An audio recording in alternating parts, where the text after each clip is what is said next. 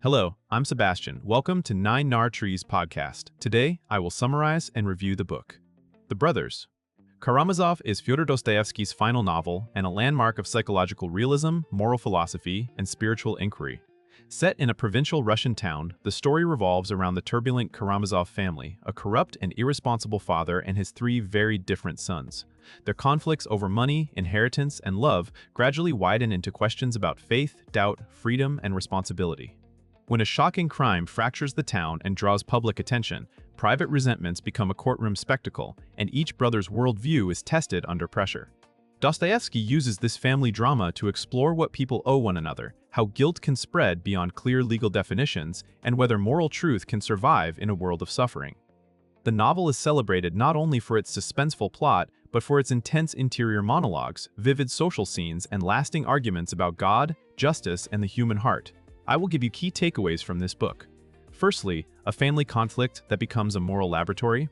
At the surface, the novel is driven by a bitter family struggle that feels both intimate and explosive. Fyodor Pavlovich Karamazov is portrayed as vulgar, manipulative, and careless with the emotional lives of others, especially his sons.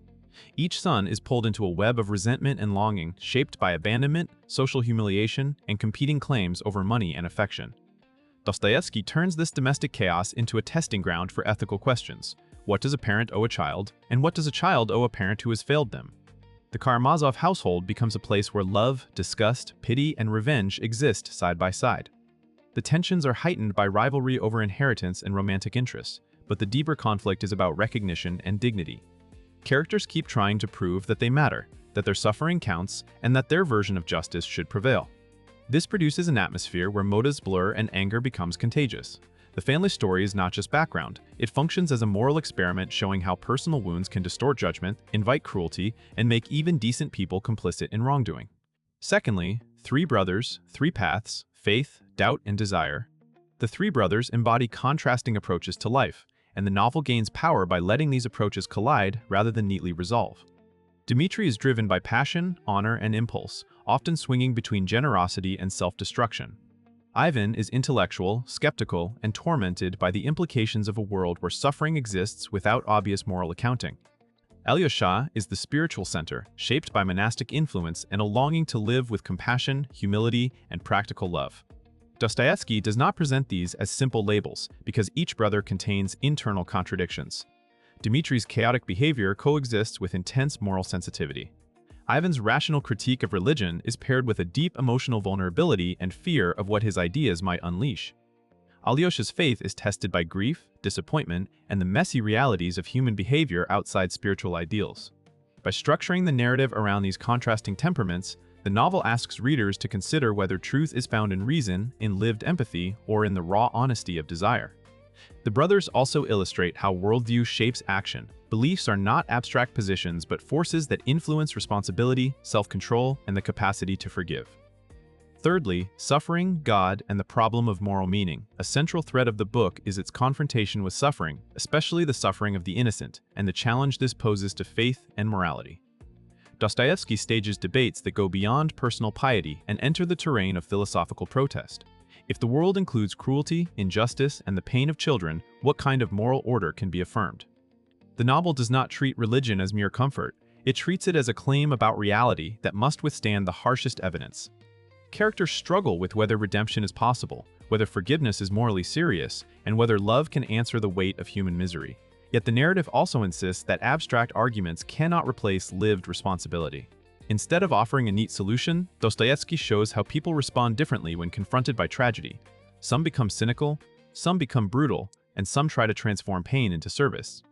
The spiritual dimension of the novel is therefore not a lecture but a drama, in which faith is tested by scandal, grief, and disappointment.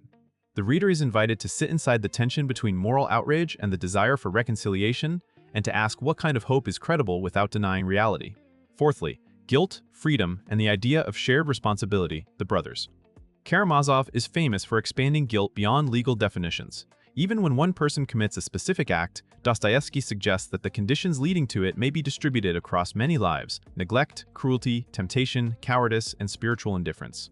The novel repeatedly raises the possibility that people can be responsible not only for what they do, but for what they allow, encourage, or fail to prevent. This is tied to the theme of freedom. Characters want to see themselves as autonomous and blameless, yet their choices ripple outward, affecting others in ways they cannot fully control. The book asks whether freedom without moral discipline becomes a license for harm, and whether moral seriousness requires acknowledging complicity. This is not presented as a simple demand for self-accusation, it is also an invitation to moral awakening. Recognizing shared responsibility can lead to despair if it becomes vague self-hatred, but it can also lead to humility and active care for others. Through confrontations, confessions, and inner breakdowns, Dostoevsky shows how guilt can be both destructive and clarifying. In the end, the question is not only who is guilty, but what kind of person each character becomes when faced with guilt. Lastly, crime, trial, and the limits of public judgment. The novel's dramatic center involves a crime that forces private conflict into the public arena, culminating in investigation and trial. Dostoevsky uses the legal proceedings not merely for suspense, but to examine how institutions and crowds interpret truth. In the courtroom, narratives compete. Prosecutors and defenders craft compelling stories, witnesses reshape memories, and the audience hungers for moral certainty. The trial becomes a theater where rhetoric can outweigh nuance, and where a person's character is reduced to a digestible image. Dostoevsky highlights the gap between factual truth, psychological truth, and moral truth. Someone may appear guilty based on temperament, reputation, or emotional outbursts, while another may hide behind respectability or ambiguity. The book also probes how society loves punishment, often treating it as a substitute for understanding. Yet Dostoevsky does not romanticize criminals or dismiss justice. He shows the human need for accountability while warning against the arrogance of total certainty. The legal climax brings together themes of freedom, guilt, and suffering, revealing how a single event can expose the hidden structures of a community. Readers come away with a sharpened sense of how easily public judgment can mistake persuasive explanation for truth and how difficult it is to measure a soul in legal terms. In conclusion, this book is best for readers who want more than a plot-driven classic and are willing to engage with big questions about morality, belief, and personal responsibility. If you enjoy psychological depth, philosophical debate woven into story, or novels that feel like a full portrait of a society, The Brothers Karamazov is a rewarding choice. It can benefit a reader's life by sharpening moral awareness. The novel pressures you to examine how your beliefs affect your actions, how you handle anger and resentment, and how you interpret suffering in yourself and others. It also offers a powerful education in empathy, because even flawed characters are shown with complex motives and inner conflict. Compared with similar classics that focus mainly on social critique or romantic tragedy, Dostoevsky's final novel stands out for its ability to combine suspense, family drama, and spiritual inquiry in a single coherent design. The questions it raises do not expire after the last chapter. They remain relevant to modern debates about justice, ideology, and meaning. For buyers deciding among renowned Russian novels, this one delivers unusual range, a gripping story, unforgettable characters, and philosophical stakes that feel personal rather than academic. If you would like to support Fyodor Dostoevsky, you can buy the book through the Amazon link I've provided in the podcast description. After reading the book, please let me know what you think and share your thoughts. See you around.